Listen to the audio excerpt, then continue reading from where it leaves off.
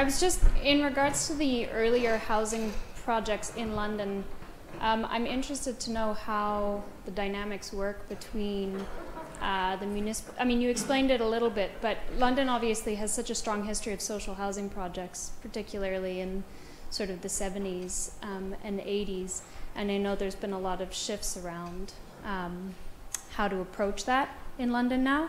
So I was really interested to hear that all of these projects have to have like mandated mixes of tenureship and low income versus not.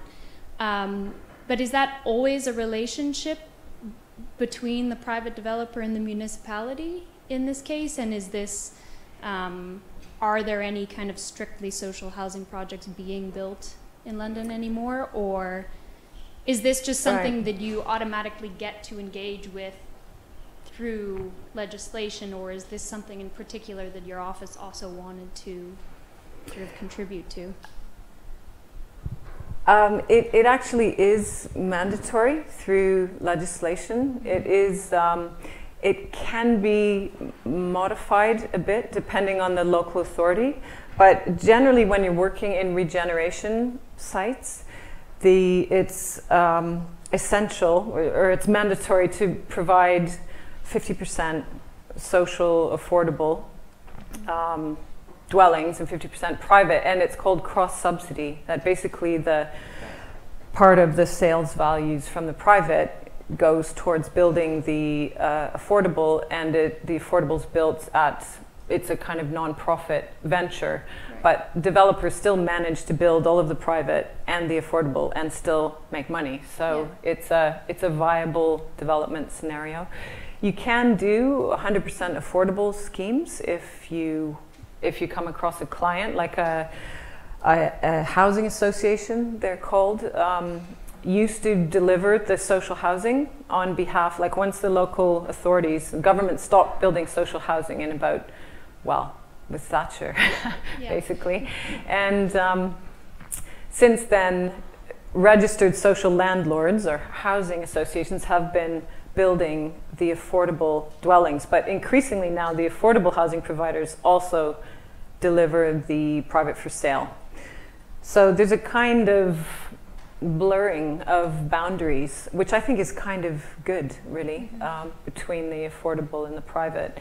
And there's just a sense, really, that you're building housing that has to adapt, and it cannot, you can't read the ownership through its external appearance.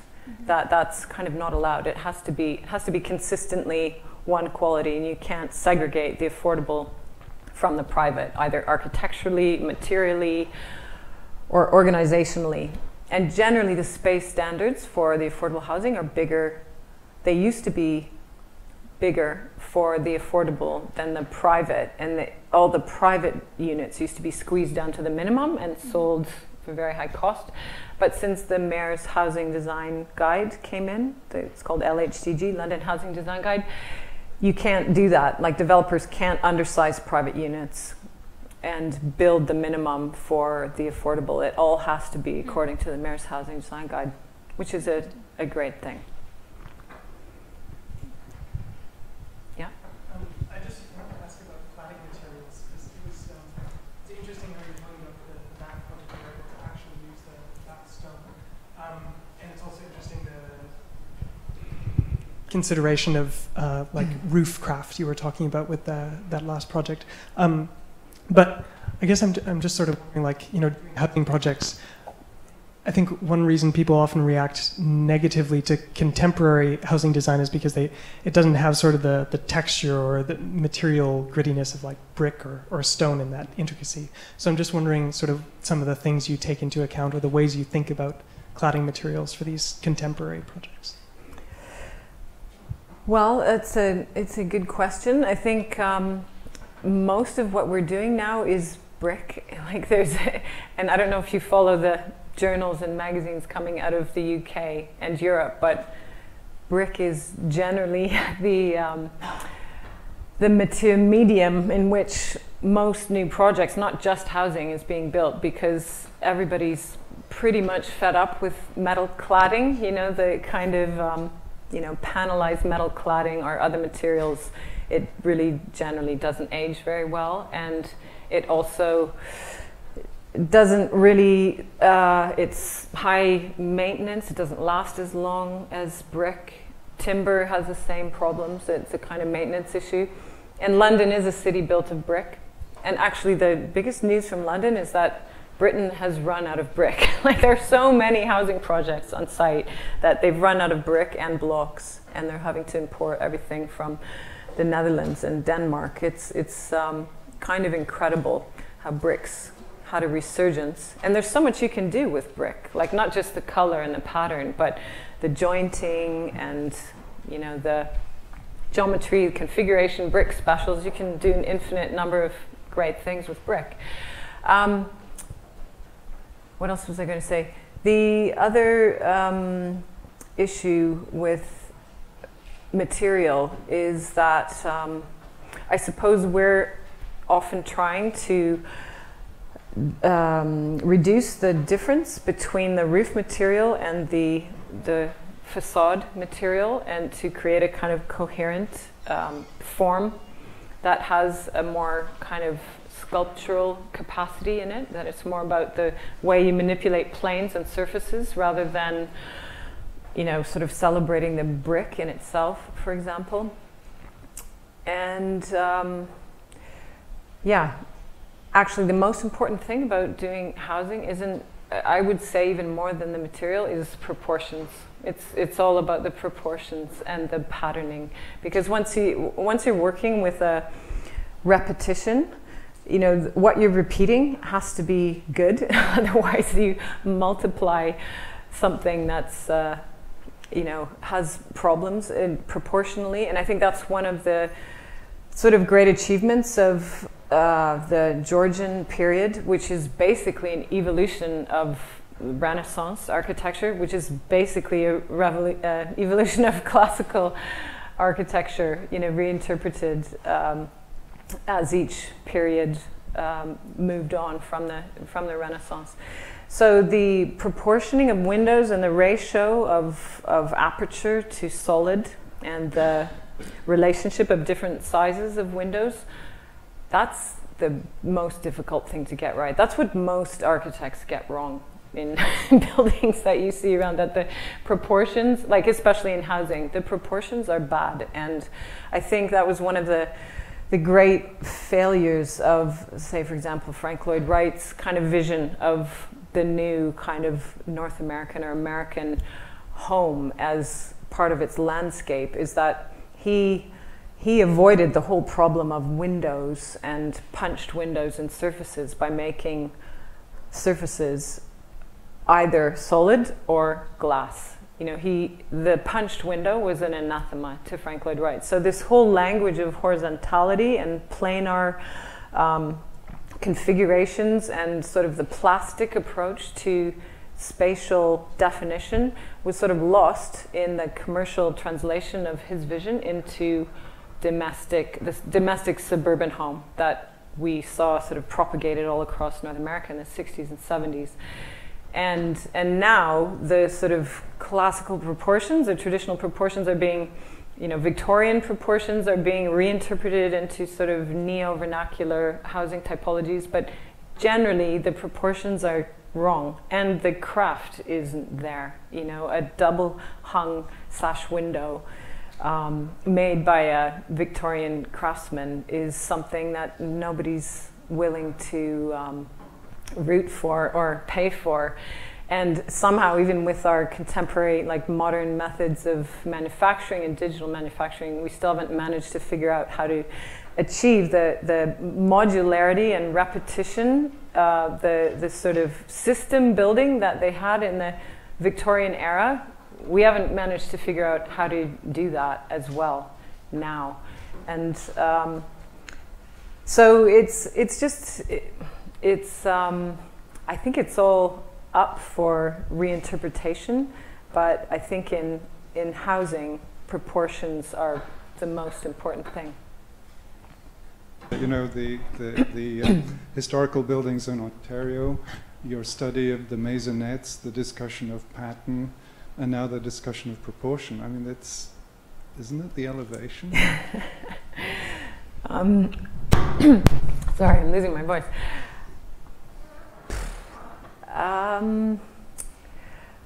I suppose so. I mean, at the end of the day, there has to be an elevation. There has to be.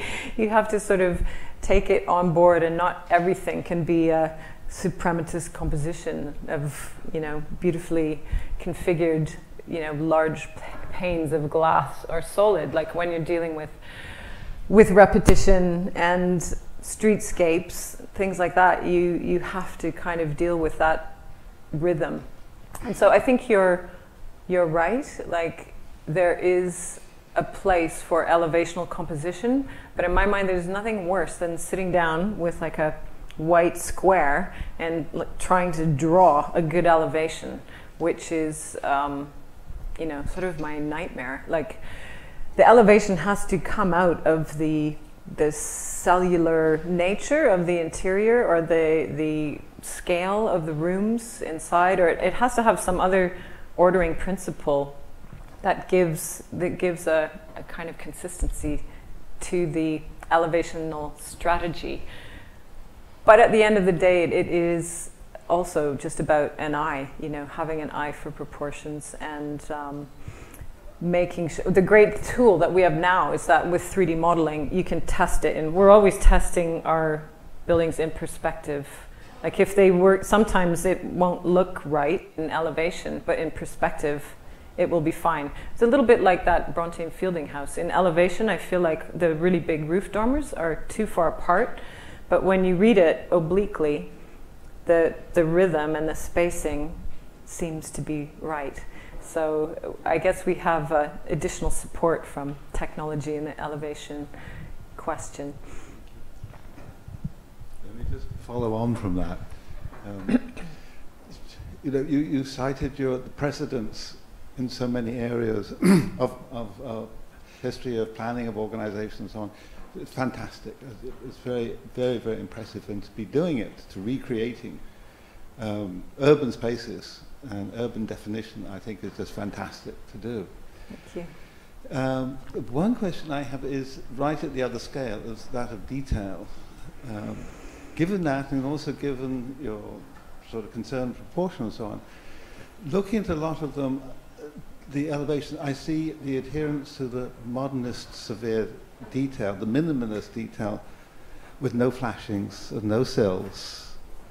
And I think, does this really belong to this type of architecture, to be so severe about that?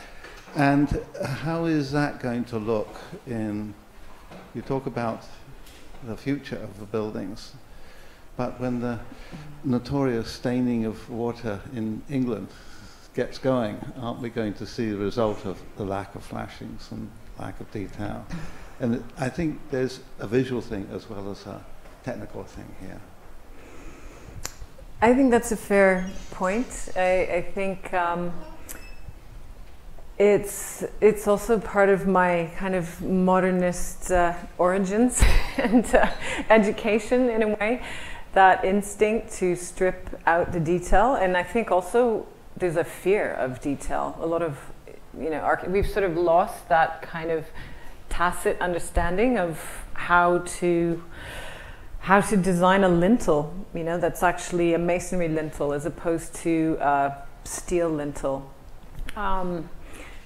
All of those things that have been stripped out of the way we express buildings. But I have been paying a lot of attention to stone and the way it behaves because of working in Oxford. Every time I go to Oxford, I take photographs of how the windows and how the sills kind of work, and whether the ones that have expressed sills are more effective in diverting water, or whether it's better to let the water wash down across the surface. And actually many buildings from, hundreds of years ago don't have sills. They actually have taken the approach of letting the water wash evenly over everything, and then you can avoid the staining, the difference between dry and wet masonry. So I think it is tougher. I think it's harder for buildings to age well when they don't have those details that you sort of expect. But at the same time, I think this ambition to kind of take architecture out of looking like a building and take it to a place where it looks like something else is something that I kind of have sort of tried to do with most of my projects. That I think sort of overturning the kind of conventions and expectation of how a building should read. Like there should be a roof, that's obviously a roof, and then a wall, and then a base.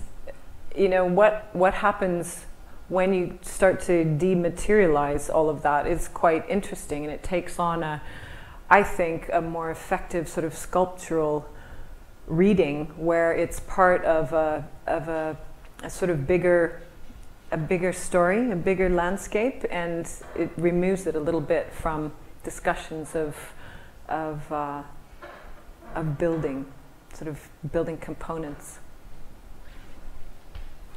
I think Alison needs something to eat and needs to get on the road. I thank you all for staying. I know it's a very, very busy time of term, and grateful for your coming, grateful for your staying, and grateful for your questions. I just want to say I think this last discussion is also a very interesting one, because if you go on look at Alison's work, there is this kind of confounding aspect of, I mean, she uses the term fold in a very interesting way, and uses the device of the fold and the continuity of material from wall to ceiling to floor and in an extremely interesting way, which I think is also, it belies a sort of simple dialectical reading between heritage, the present, and the future, specifically as the future is presented in a building like this one, where the dormers, the roofs, etc., are all sort of rendered in a pretty consistent form. So there's a kind of issue of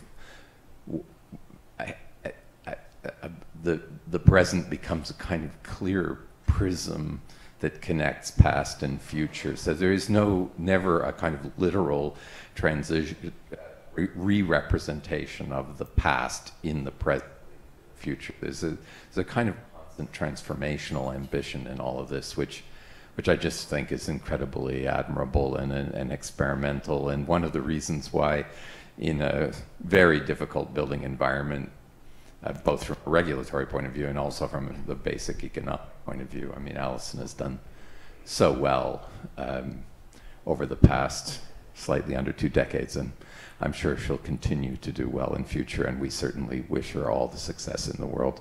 And thank you for coming to see us these days. Thanks, Alison. Thank you. Thank you, Rick.